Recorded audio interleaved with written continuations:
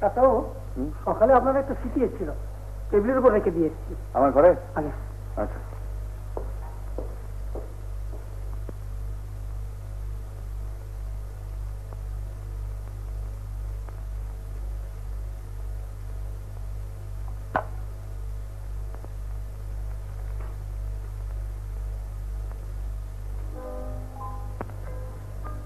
সুরজিৎ, বড্ড রাগ করেছিলাম তোমার উপর, চিঠি দাওনি বলে।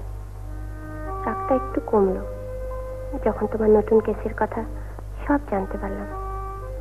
জীবনে প্রথম কেস তোমার, আমার শুভেচ্ছা তোমার সঙ্গে জড়িয়ে রইল। লোকটা নিশ্চয়ই বুড়ো, তোমায় বড্ড জ্বালাচ্ছে, তাই না? তবু আর কেউ ওকে সারাতে না পারুক, তুমি পারবে। আমি জানি যে কোনো সুরকে জয় করবার শক্তি তোমার আছে। আজ সকালেই রোমে এসেছি। রোমের মতো রমণীয় নাকি আর কিছুই নেই, তবু আমার ভালো লাগছে না। কেন জানো? তুমি পাশে নেই বলে। চিঠি দিও আর ভালোবাসা নিও। তোমার রুনা।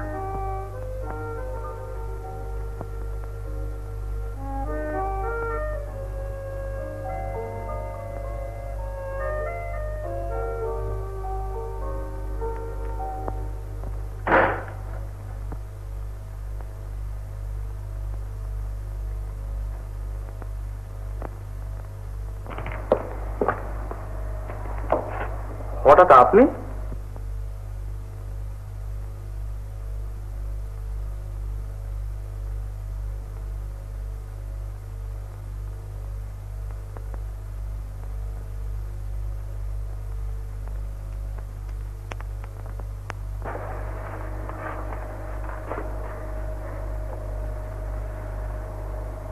চলুন ঘরে চলুন।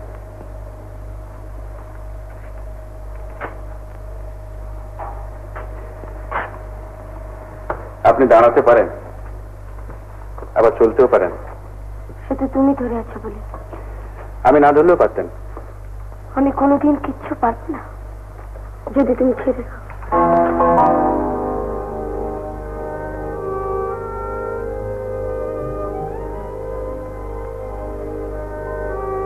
ফেলে দিচ্ছিলে কেন?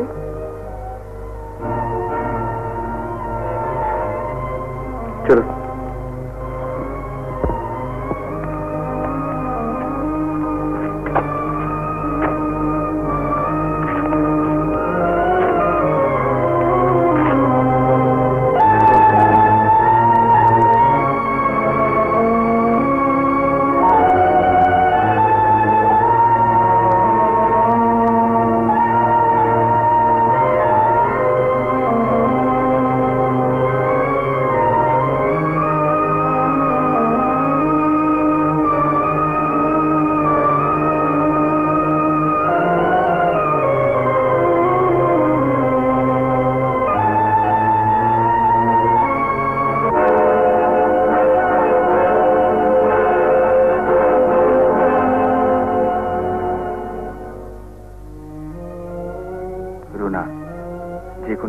জয় করবার যে শক্তি তুমি আমার মধ্যে দেখেছো, জানি না আমি আজ তা হারিয়ে ফেলছি কিনা। নিজেকে অকৃতজ্ঞ বলে কোনোদিনই ভাবতে পারবো না, তাই যত তাড়াতাড়ি পারো ফিরে এসো।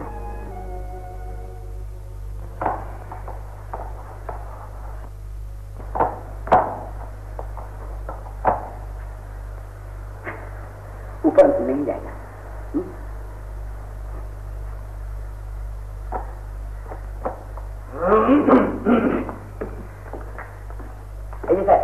কি ব্যাপার? করে চললেন কেন? আপনার একটু দরকার ছিল। কি দরকার? আপনি তো সেন্টার ফরওয়ার্ড, গোল দেওয়ার মালিক। কি আশ্চর্য, আপনি যে মশাই দুনিয়ার সবাইকে ফুটবল খেলতে দেখছেন। এটি আশ্চর্য হচ্ছে না?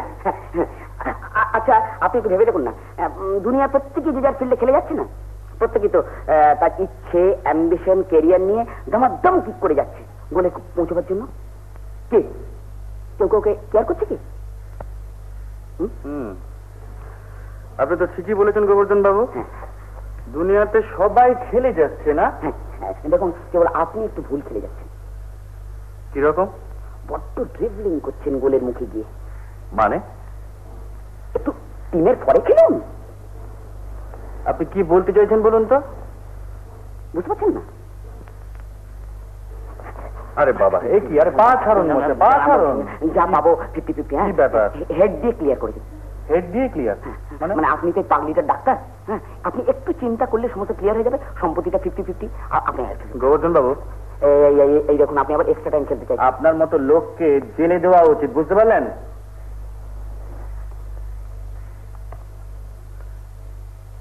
যা বাবা, এবার অফ সাইড করে ফেললো।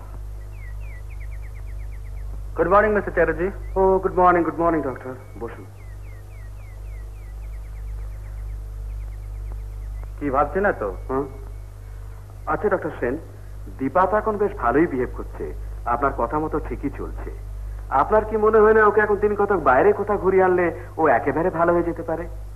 হ্যাঁ, কিন্তু ওকে কমপ্লিট কিওর করে তুলতে হলে আগে আমাকে শান্তনুকে খুঁজে বের করতে হবে, তারপর বাইরে যাওয়ার কথা। কিন্তু কি করে আপনি তাকে খুঁজে বার করবেন, যাকে আমরা কেউ কখনো দেখিনি, নাম শুনিনি পর্যন্ত? ওর কাছ থেকে বের করতে হবে। সেটা কি করে সম্ভব? দেখি না, চেষ্টা করে।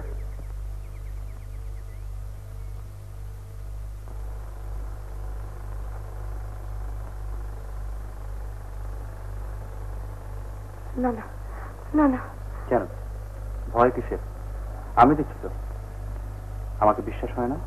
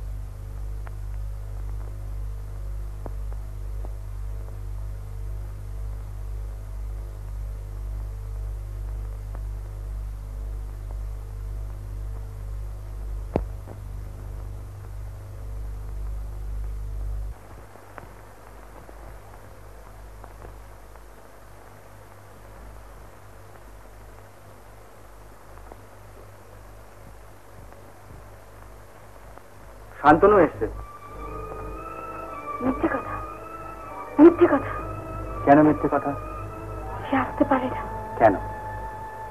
আমি তাকে মেরে ফেলেছি। না না না না না না, এ আপনার ভুল ধারণা। শান্তনুকে আপনি মারবেন কি করে? তার সঙ্গে তো আপনার পরিচয়ই ছিল না। হ্যাঁ ছিল।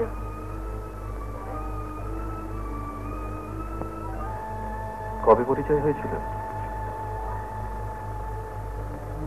বলবেন না? তাহলে কি আমি জানবো যে আপনি আমাকে? ওই বাড়িতে সে থাকতো। কোন বাড়িতে? ওই যে হলদে বাড়িটা, হ্যাঁ হ্যাঁ। শান্তনুর কাকার বাড়ি। আচ্ছা, 1 মাসের ছুটিতে এসেছিল। সেইখানে বুঝি শান্তনুর সঙ্গে আপনার পরিচয় হয়েছিল? হ্যাঁ। তারপর আরেকবারও এসেছিল। আমাকে খুব ভালোবাসতো। আপনিও নিশ্চয়ই তাকে খুব ভালোবাসতেন। হ্যাঁ। আপনার বাবা এই কথা জানতেন না? না। কেন? আমি কাউকে বলিনি। কিছু বললে যে আমাদের বিয়ে হবে না। কে আপনাকে কথা বলেছিল? শান্তনু। কবে? সেবার পুজোর ছুটিতেও যখন এলো, আমাকে কোনো খবর না দিয়ে ছাদে বেড়াতে বেড়াতে ভাবলাম একবার গিয়ে দেখি না এসছে কিনা।